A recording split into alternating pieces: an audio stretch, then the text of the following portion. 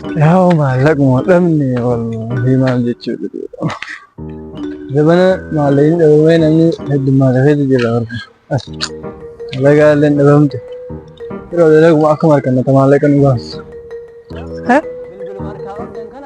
Jechuudha maaliin dhagaa jira gurra fayyadu.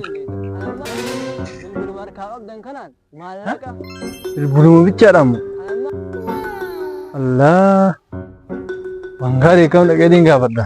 Assalamualaikum warahmatullahi wabarakatuh. Kabajamtoota fi jaallatamtoota keenya irraan tana oduu gammachiisaa takka isin qabanii kanuma nama gammachiiftu isiniin aarsitu laala ittuma gammadaaf taa'edha isin.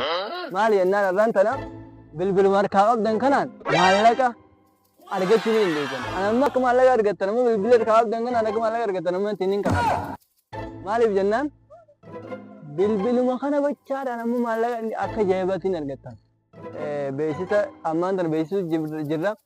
Xiqqishoo booda amma boruu achi galmeen ni dhaabbatte waan ta'eef hotaati dafaa galmaa waa isiniin jenna. Daddafaa gaa akka gaa namni sun duratti hin guutamnetti daddafaatii galmaa waadhaa maallaqa argadhaa isiniin jennaa isiniin jenna. Kanaafuu wanni isiniin jennu bakka hundatti sheer godhaa viidiyoo kana bakka hundaan gahaa san booda maallaqa akka argattanitti galmaa waadhaa isiniin jaa.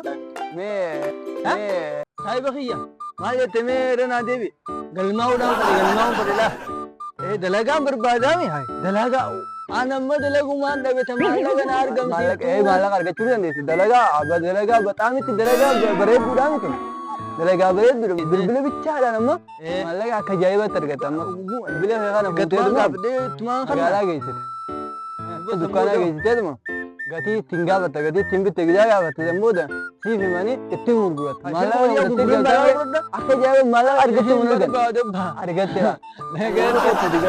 barbaadu gaaduma maaltu tu sirrii durumaanuu